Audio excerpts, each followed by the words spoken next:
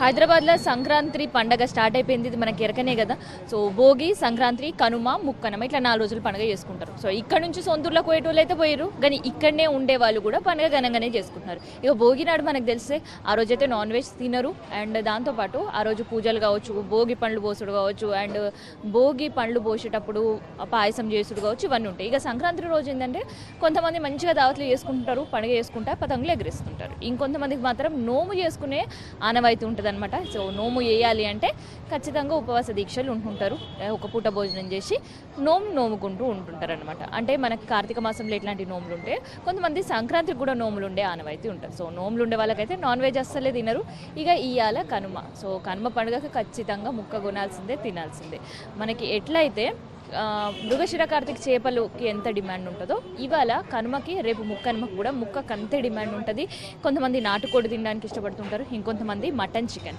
So ఇంకొకటి ఏంటంటే మనకు ఉండే పండుగల్లో దోస్తులని, బంధువులని అందరినీ పిలుచుకొని చేసుకునే పండుగతో పాటు మనకు దూరమైన పెద్దోళ్ళకి కూడా యాద్లా ఇవాళ నైవేద్యాలు పెట్టుకుంటారు. అంటే పెత్తరమాస రోజు బియ్యాలు ఇచ్చే ఆనవాయితీ ఎట్లుంటుందో ఇవాళ కనుమ, ముక్కనుమ రోజు కూడా ఇట్లా నాన్ వెజ్, పూరీలు, గారెలు, మిర్చీలు, బజ్జీలు అన్నేసి చేసి అక్కడ చనిపోయిన పెద్దవాళ్ళకి నైవేద్యం పెట్టి అట్లా పండుగ చేసుకునే ఆనవాయితీ కూడా తెలంగాణలో ఉంటుంది అనమాట. సో అందుకనే ఇలా కనుమ రోజు, ముక్కనుమ రోజు నాన్ వెజ్కి ఫుల్ డిమాండ్ ఉంటుంది. సో ఒక్కసారి మనం చింతల బస్తీలో చూస్తే ఇక్కడ దొరకని సీ ఫుడ్ అంటూ ఉంటుంది. సో సీ ఫుడ్తో పాటు మటన్, చికెన్ అన్నీ ఒకటే మార్కెట్లో దొరుకుతుంటాయి. సో పతంగులు ఎగిరేసి మంచిగా పండుగ చేసుకుంటున్నారు. ఆల్రెడీ సిటీ వాసులు ఫెస్టివల్ మూడ్లో ఉన్నారు.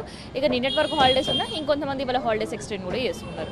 సో ఈ నుంచి ఊళ్ళలోకి పోవడమే కాదు, ఊళ్ళలోకి వెళ్ళి కూడా వాళ్ళ బంధువుల కోసం ఇక్కడ వచ్చేటోళ్ళు కూడా చాలా మంది ఉంటారు. అందుకనే మనకి ఒక్కసారి మీట్ షాప్ చూస్తే రద్దీ అయితే కనిపిస్తుంది. సో ఒక్కసారి రేట్స్ అండ్ దాంతోపాటు బిజినెస్తో పాటు కొనుక్కోయేటోళ్ళతో కూడా ఒకసారి మాట్లాడదాం.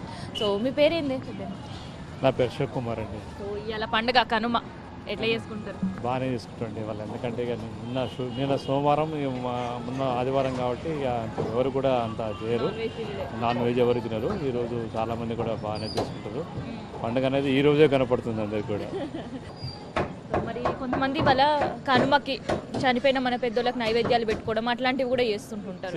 చేయొచ్చు, చేసుకుంటారు. చాలామంది కూడా అదే ఆలోచన ఉంటారు. కనుమ రోజు కూడా చేసుకుంటారు. ఈరోజు కర్రీ ఉన్నదానికి చికెన్ ఇట్లా తీసుకెళ్తాం, చేసుకుంటాం, తింటాం. స్పెషల్ అంటే ఇంకా ఏం తర్వాత మటన్ చేసుకుంటాం, ఇంత బగారన్నం అనుకుంటాం. సో చెప్పినా కదా, పల్లెటూరులోకి వెళ్ళే వాళ్ళు పల్లెటూరులోకి వెళ్ళిపోతారు. ఇక వెళ్ళని వాళ్ళు ఏంటంటే ఇక్కడనే పండుగ మస్తు జోరుదారుగా చేసుకుంటున్నారు అనమాట. సో అందుకనే మనం నాన్ వెజ్ షాప్ చూస్తుంటే ఫుల్ క్రౌడ్గా కనిపిస్తున్నాయి. అండ్ దాంతోపాటు సేల్స్ కూడా జోరుగానే సాగుతున్నాయి అనమాట. మొత్తానికైతే కర్రీ పండుగ సందర్భంగా సిటీలో ఉండే నాన్ వెజ్ షాప్లకు అన్నీ కూడా గిరాకీ పెరిగింది. నిన్నటి నుంచి అయితే రష్ స్టార్ట్ అయింది, కానీ ఇవాళ ఇంకా గిరాకీ పెరిగిందని చెప్పొచ్చు. సో ఇది ప్రజెంట్ హైదరాబాద్ సిటీలో ఉండే నాన్ వెజ్ షాప్స్ దగ్గర ఉండే రష్కి సంబంధించిన ఇన్ఫర్మేషన్. అండ్ దాంతోపాటు ఒక్కసారి మనం రేట్లు చూస్తే గత వారంతో పోలిస్తే ఈ వారం చికెన్ పైన మాత్రం ఒక 20 రూపాయలు పెరిగింది. గత వారం 200 రూపీస్ ఉంటే 220 రూపీస్ ఇవాళ పలుకుతుంది. అండ్ దాంతోపాటు మటన్ రేట్లు మాత్రం ఏమాత్రం పెరగలే, హ్యాస్టేజ్ అవే రేట్స్ కంటిన్యూ అవుతున్నాయి. 820 నుంచి 840 వరకు హైదరాబాద్ సిటీలో కిలో మటన్ అమ్ముడు అవుతుంది. అండ్ దాంతోపాటు వీటితో పాటు కొంతమంది సీ ఫుడ్స్ కూడా బాగా ఇంట్రెస్ట్ చూపిస్తుంటారు. ఫిష్ కావచ్చు, ప్రాన్స్ కావచ్చు, ఎండు రొయ్యలు కావచ్చు, వీటికి కూడా గిరాకీ ఉందని చెప్పొచ్చు.